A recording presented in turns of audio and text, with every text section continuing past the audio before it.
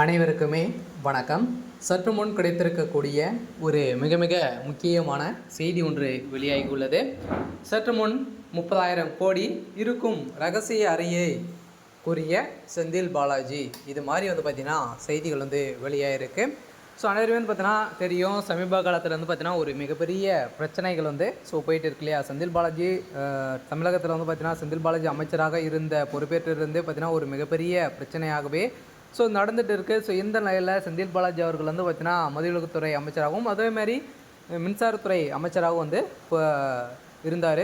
இதைத் தொடர்ந்து இப்போ பார்த்திங்கன்னா டாஸ்மாக் உடைய நிறுவனத்தில் நடந்த மெகா ஊழலின் அடிப்படையில் தான் இப்போ பார்த்திங்கன்னா அதிரடியாக செந்தில் பாலாஜி அவருடைய பதவி ராஜினாமா செய்த சம்பவம் பெரும் பரபரப்பை ஏற்படுத்தியிருந்தது. இந்த நிலையில் தான் நீதிமன்றம் வழங்கிய இறுதி தீர்ப்பின் அடிப்படையில் செந்தில் பாலாஜி அவர்கள் பார்த்திங்கன்னா அவருடைய பதவியை இழந்திருக்காரு.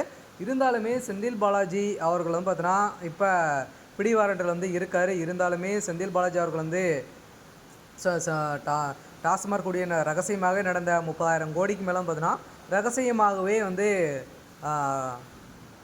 மெகா மோசடிகள் நடந்திருக்கு அப்படின்ற மாதிரி இப்போ உண்மைகள் ஒப்புக்கொண்டு இருக்காரு அப்படின்ற மாதிரி தகவல் வெளியாக இருக்குது. இதை பற்றி இந்த வீடியோவில் நம்ம முழுமையாக பார்க்கலாம். அதுக்கு முன்னாடி நம்ம சேனலுக்கு இப்போ தான் நீங்கள் முதல் முறையாக வந்திருக்கீங்க அப்படின்னா மறக்காமல் நம்மளுடைய சேனலை சப்ஸ்கிரைப் பண்ணி சப்போர்ட் பண்ணுங்கள். வாங்க வீடியோக்குள்ளே போகலாம்.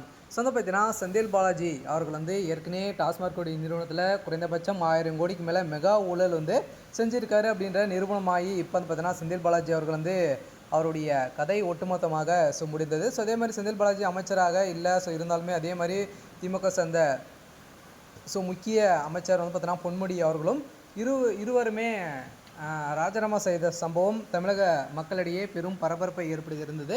இந்த நிலையில் செந்தில் பாலாஜி அவர்கள் இப்போ உண்மைகள் ஒப்புக்கொண்டு இருக்காரு அப்படின்ற மாதிரி தகவல் வெளியாக இருக்குது. இந்த நிலையில் தான் முதல்வர் ஸ்டாலின் அவர்கள் விரைவில் கைது செய்யப்பட போகிறாரு அப்படின்ற மாதிரி தகவல் வெளியாக இருக்குது. இப்போ இந்த 1000 கோடி அதேமாதிரி கணக்கில் வராத 30,000 கோடி பார்த்திங்கன்னா மெகா மோசடி நடந்திருக்கு இல்லையா, மெகா ஊழல் நடந்திருக்கு. இந்த ஊழலின் அடிப்படையில் செந்தில் பாலாஜி கதை முடிந்தது. அடுத்ததாக இதில் முக்கிய புள்ளிகள்லாம் பார்த்தீங்கன்னா செந்தில் பாலாஜி அவருடைய தம்பி அசோக்குமார், அதே மாதிரி பார்த்தீங்கன்னா திமுக சபரீசன், இது மாதிரி பார்த்தீங்கன்னா மூவருமே வசமாக சிக்கிறாங்க அப்படின்ற மாதிரி தகவல் வெளியாகி வந்திருந்த நிலையில் இப்போ வசமாக செந்தில் பாலாஜி அவர்களும் பார்த்தீங்கன்னா உண்மைகளை ஒப்புக்கொண்டு இருக்காரு.